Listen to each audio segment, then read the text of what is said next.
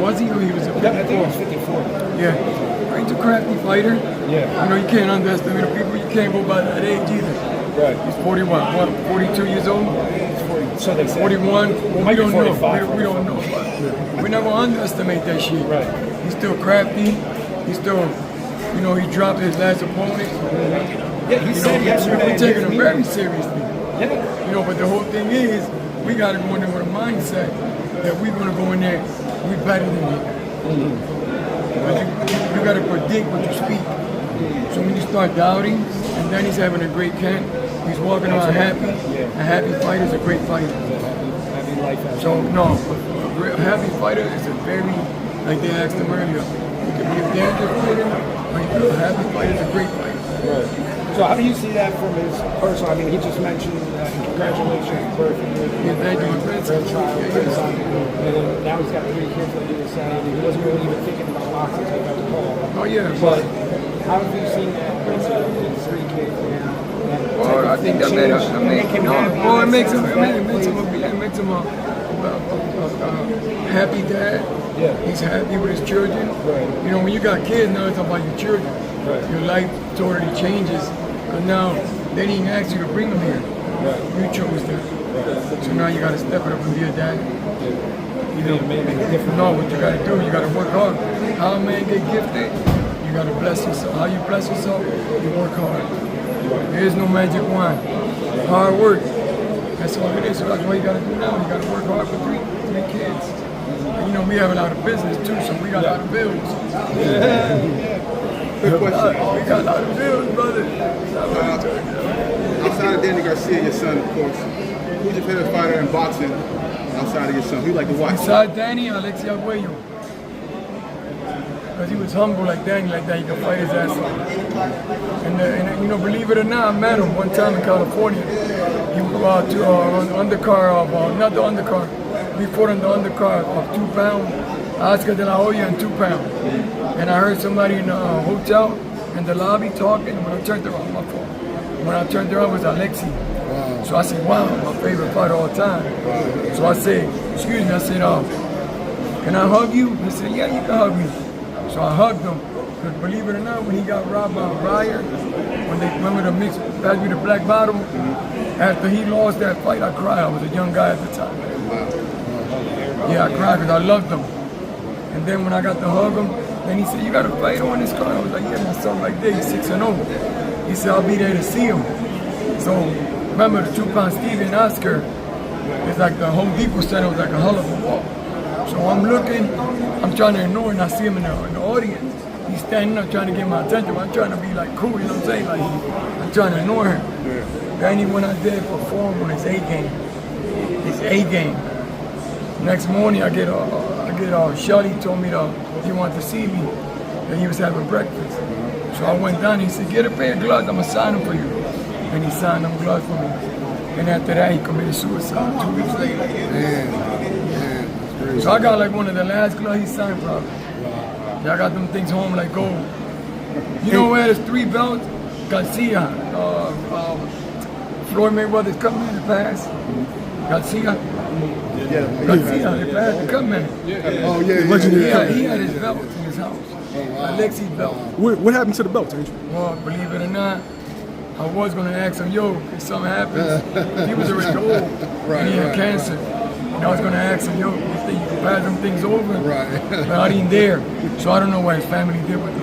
Now, Danny mentioned in another interview that there was a little bit of a health scare. You know, Oh yeah. I I call like a episode. Okay. How are you feeling now? How are you? I'm good. Good. Yeah. It took me a little bit. I was in the bag right here. Wow. And then I started getting dizzy, and then I lost a little bit of my hand. Right. And then I just went home after that. I waited like an hour or two. When I felt better, I drove home. Right. So I went through a little bit, but I'm good though. Good. Awesome. It's all Good up to here, hear. bro. Good to hear. Yeah. No, it's all up here. No fireworks. It's your mind up here that does everything for you. Right. If you don't got this, you don't got nothing. Nothing. You could be, you could have a stroke with a heart attack, but if the brain stops, you stop. Absolutely. So I went through a little bit, but I'm good. No, I got to get on my A game. Right? We ready to fight Lara. Lara no slouch. Right. So we got to be on our A game. No matter what happens, I got to be on my A game. Absolutely. You know Do you what I'm saying? think he's the best fighter that you guys technically wise? Well, not really, because we fought other fighters in the past. Right, the They were like Thurmans, Khan was a great Khan, fighter. right. Matisse was killing everybody. Everybody was running from Matisse. Right. Kendall Hall, everybody was dodging him. Yeah. When we fought these guys at a young age. Exactly. Danny was young too, but Danny's not old. Danny's not old. And Lara, I'm not underestimating his age either. I'm taking him very seriously. Right. Now, And when he hits Danny gonna hit him back. But you know, you get hit in boxing. Because you don't play boxing. You know, you're gonna hit, they're gonna hit you back. right. So it's all about technique, it's about being skillful and out playing chess when we go play chess. So we're gonna outmind him, outthink him. How do you fight a counterpuncher? Huh? I said, how do you fight a counterpuncher? How you what? How do you fight a counterpuncher?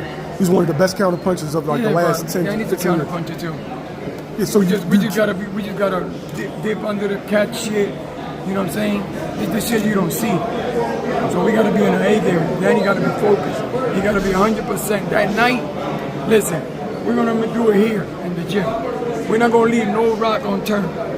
We're not leaving no rock unturned. We're gonna do everything perfect here in the gym. It starts here. Fight night and 9 to 6. You know, you got trainers.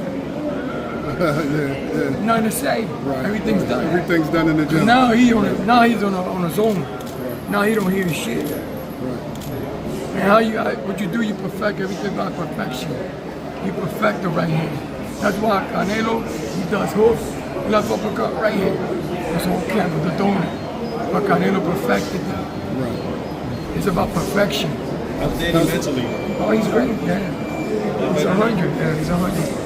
A happy fighter, see, he's happy. He's Like you eating. said, a happy fighter. No, he's eating. Dangerous fighter. Hey, Angel, speaking of Canelo, what do you think of the main? A lot of people aren't giving Berlanga a chance. you know, what do you think? I can't say he's going to lose. I can't, because I can't predict the future. But he has a great chance like anybody else does. Canelo's a hell of a fighter. He did it. I remember when he first brought Canelo to America, Golden Boy. Wow. He was 30-0, 18 years old. Okay. Because Robert, the matchmaker from Golden Boy, Robert Diaz and Eric Gomez, told me, hey, look at this kid, they call him Cinnamon Canelo. On ESPN, he was doing his American Pro debut when he was 30-0. And I looked and I said, basic fighter. So I didn't see nothing special in him. I seen a fighter. And look who he is today, he's a fucking rock star. So you got to give him credit for that. So Berlanga want to be that rock star. He's got to be on his A game. His can got to be 100. You can't focus on dumb shit.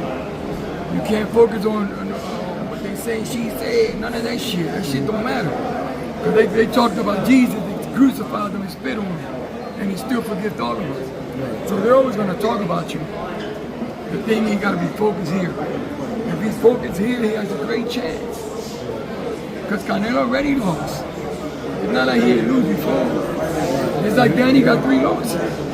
I'm not going to say he don't got them. Black and white, he lost. But was it politics? Yes, a lot of them was. Two of them were, and the third one was, spent. Danny was not there mentally. Because we fought through the COVID. You know, I'm not bringing the past up. I'm just saying he got a great chance. Now, the boxing world is criticizing Canelo because he's not getting in there with the Mexican monsters. Listen, but what? Right, finish the question, I'm sorry. He's not fighting David Benavidez. Come on. We want to see Listen, David That's Benavidez what or the people Crawford. want to see. Okay. But he make his own call. He can do whatever the fuck he want to do. Then Benavidez need to do what he did. Do his own thing. He don't need Canelo. How about if Canelo retires tomorrow? What happens? But don't you want to see the best versus the Bro, best? that's what they say, but it's always somebody better than you. There's always somebody looking behind you. That's what the world says. But it's thousands and thousands of fighters. They all can fight. There's millions and millions of ways to train fighters. It's not only one way. There's hundreds of thousands of ways that fighters train. Back in the 1800s, they fought like this. How you know they think the right way? How you know they look Jack Johnson? Right. That man went 25 rounds when there was no goddamn policies in boxing. There was still no rules. You fell down and grabbed you, picked it back up till you got knocked out cold. 20. It was scheduled for 50 rounds.